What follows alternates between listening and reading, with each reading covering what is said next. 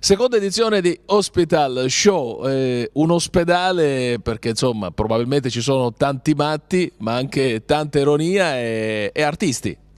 Sì, diciamo che è un modo come mettersi in gioco in modo appunto ironico.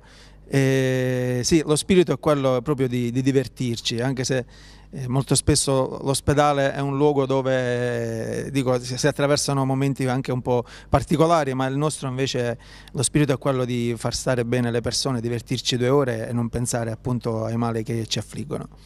Un ospedale che forse è più un manicomio in cui si ride, Peppe. Sicuramente sì, guarda, la cosa che volevo fare riferimento appunto alla tua domanda, i veri matti siamo noi che siamo qui, che non è che i matti sono chi partecipa, i matti siamo proprio noi che abbiamo pensato di fare questa cosa.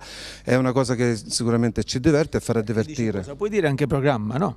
È un programma, No, più che una è la cosa che ci diverte l'insieme, poi il programma giustamente è divertente.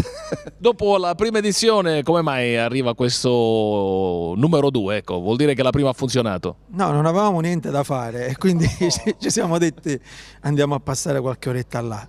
No, ma è una cosa che io magari dico molto spesso, in un'epoca in cui i social la fanno da padrone, ci stiamo isolando da tutto e da tutti. Pensiamo di essere in compagnia e avere 15.000 followers, like, ma alla fine poi siamo sempre da soli.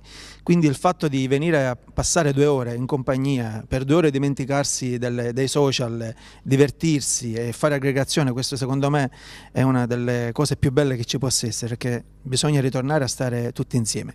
Peppe, e allora chi volesse venire a divertirsi qui a seguire le registrazioni tutti i giovedì nel Teatro di Posa di Alpa 1, e che cosa proponete per esempio come ospiti per domani? Possiamo dirlo?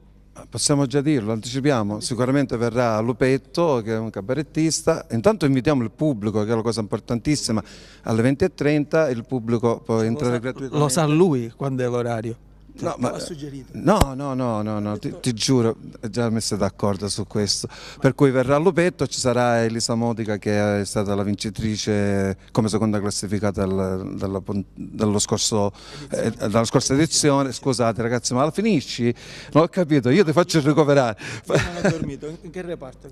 Reparto neuro, va bene. Quindi domani alle 20:30 ad Alpa 1 chi vuole può venire a seguire la registrazione, mentre brevemente per quanto riguarda i vostri nuovi lavori musicali c'è qualcosa in pentola? Stiamo lavorando al terzo CD, quest'anno il 10° anniversario dei Calandra e Calandra, stiamo organizzando anche delle manifestazioni un po' più importanti dal punto di vista musicale, quindi quest'anno festeggeremo alla grande tantissime novità in arrivo, un video a cui stiamo lavorando da tempo, quindi tantissime novità. Stasera la luna ti porterà fortuna, la luna. No, me lo Stasera la luna. a domicilio.